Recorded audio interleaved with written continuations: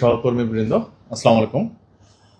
আপনারা জানেন যে আমাদের মোহাম্মদপুরের যে জেনেভা ক্যাম্প, এই জেনেভা ক্যাম্পে বেশ কিছু শীর্ষ মাদক সম্রাট বা মাদক ব্যবসায়ী রয়েছে, যাদেরকে আমরা দীর্ঘদিন যাবৎ আইনের আওতায় আনার জন্য অভিযান পরিচালনা করে আসছি। তো ইতোমধ্যে বেশ কয়েকজনকে আমরা আইনের আওতায় এনেছি এবং বেশ কয়েকজন কারাগারে রয়েছে এবং বেশ কয়েকজন পলাতক ছিল। তার মধ্যে আপনারা অনেকবার একটা নাম শুনে থাকবেন যে রাজা ওরফে বাদশাহ ওরফে পিচ্চি রাজা, যে নামটি প্রায় সময় জেনেভা ক্যাম্পে আমরা অভিযানে গেলেই অনেকে আমাদের কাছে বিভিন্নভাবে বলতো যে সে এ মাদক সম্রাট কিংবা জেনেভা ক্যাম্পে যে মাদকের বিস্তার, এই বিস্তারে তার একটি ভূমিকা রয়েছে, ব্যাপক আকারের ভূমিকা রয়েছে। তো এই পিচ্চি রাজাকে দীর্ঘদিন যাবত আমাদের মোহাম্মদপুর থানা পুলিশ এবং মোহাম্মদপুর এই এসসি এডিসি সহ আমাদের তেজগাঁ ডিভিশনে যারা মোহাম্মদপুরকে তদারকি করে, আমরা সবাই তাকে আইনের আওতায় আনার জন্য চেষ্টা করে আসছিলাম। তো এরই এক পর্যায়ে আমরা আজকে আমাদের এসবি, সিটিএসবি এবং ইমিগ্রেশন পুলিশ, এই তিনটি বিভাগের সহায়তায় আমাদের মোহাম্মদপুর থানা পুলিশ খবর পায় যে এই পিচ্চি রাজা আমাদের এখানে যে হযরত শাহজালাল আন্তর্জাতিক যে বিমানবন্দর রয়েছে সেখানে তাকে ইমিগ্রেশন পুলিশ আটক করেছে এবং সে দেশের বাইরে পালিয়ে যাওয়ার অপচেষ্টা করেছিল। তো এই সংবাদ পাওয়া মাত্রই আমাদের মোহাম্মদপুর থানার একটি চৌকস টিম আমরা সেখানে পাঠাই। তারা সেখানে তারা সেখানে গিয়ে এই এয়ারপোর্টে তাকে ইমিগ্রেশন পুলিশ যে আটক করে রেখেছিল তাকে আমাদের এই টিম মানে জিম্মায় নেয় কিংবা তাকে মানে সেই বুঝে নেয়। তো এই পিচ্চি রাজা, আমরা যতটুকু পরবর্তীতে শুনতে পাই যে সে নেপাল থেকে সম্ভবত বাংলাদেশে ফিরে আসছিল এবং সে ফিরে আসার পথে এই ইমিগ্রেশন পুলিশ তাকে আটক করে। পরবর্তীতে আমরা তাকে থানায় নিয়ে আসি এবং থানা নথিপত্র পর্যালোচনা করে এখন পর্যন্ত তার বিরুদ্ধে আমরা 29টি মামলা চলমান রয়েছে বলে জানতে পেরেছি। তো মামলাগুলোর মধ্যে হত্যা মামলা রয়েছে 3টি, হত্যা চেষ্টা মামলা 7টি, বিস্ফোরক দ্রব্যাদি মামলা বিস্ফোরক দ্রব্যাদি আইনের মামলা রয়েছে 4টি, বিশেষ ক্ষমতা আইনের মামলা রয়েছে 1টি, সন্ত্রাস বিরোধী অথবা সন্ত্রাস দমন আইনে মামলা রয়েছে 1টি, মাদক মামলা 13টি। তো এই মামলার পরিসংখ্যান দেখে আপনারা বুঝতে পারতেছেন যে তার বয়স কিন্তু 30 হয়নি।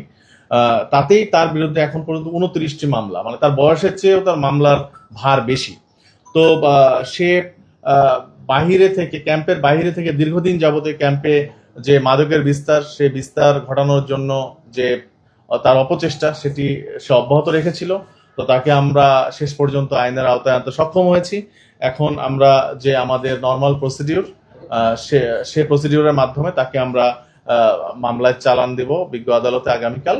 এর পরবর্তীতে আমরা রিমান্ডে এনে তাকে বিভিন্নভাবে জিজ্ঞাসাবাদের মাধ্যমে তার আরো যারা সহকর্মী রয়েছে কিংবা সহযোগী রয়েছে তাদের নাম তার কাছ থেকে বের করে আমরা তাদের আইনের আওতায় আনার চেষ্টা করব এবং এরই মাধ্যমে আমরা আপনাদের মাধ্যমে আমরা এই জেনেভা ক্যাম্পের আরো যারা মাদক ব্যবসায়ী রয়েছে তাদেরকে এটি জানান দিতে চাই যে লুকিয়ে বা পালিয়ে বা এরকম আড়ালে থেকে মাদকের যে ব্যবসা কিংবা মাদক সম্রাট সেজে ঘুরে বেড়ানো যাবে না, তাকে আইনের আওতায় অবশ্যই আসতে হবে।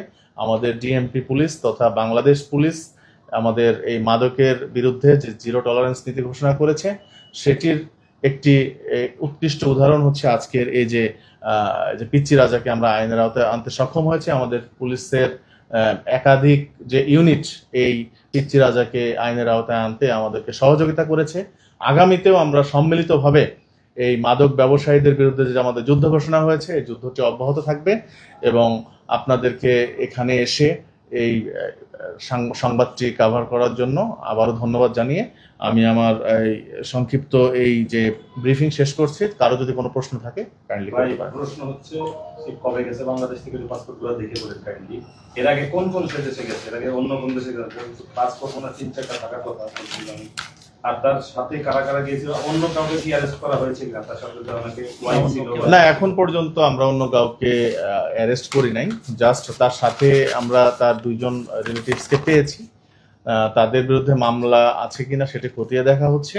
আর এখন পর্যন্ত তার যে আপনি যে কথাটি বললেন তার পাসপোর্ট কিংবা এটা আমরা এখনো প্রাথমিক পর্যায়ে আমরা আছি। পরবর্তীতে আমরা বিস্তারিত তদন্ত করে জানাতে পারবো। এখন এই আংশিক দেখে দেখে বলাটা সমীচীন হবে না। আমি ছোট করে জানতে চাই, যেহেতু আপনি যেটা বললেন যে নেপাল থেকে বাংলাদেশে হচ্ছে ব্যাক করতে, এটা আমরা শুনেছি তাকে জিজ্ঞাসা পুলিশ আসলে তাকে কিসের বেসিসে তাকে আটকে রেখেছে? না, এটা গোপন সংবাদের ভিত্তিতেই ইমিগ্রেশন পুলিশকে এটি জানানো হয়েছিল।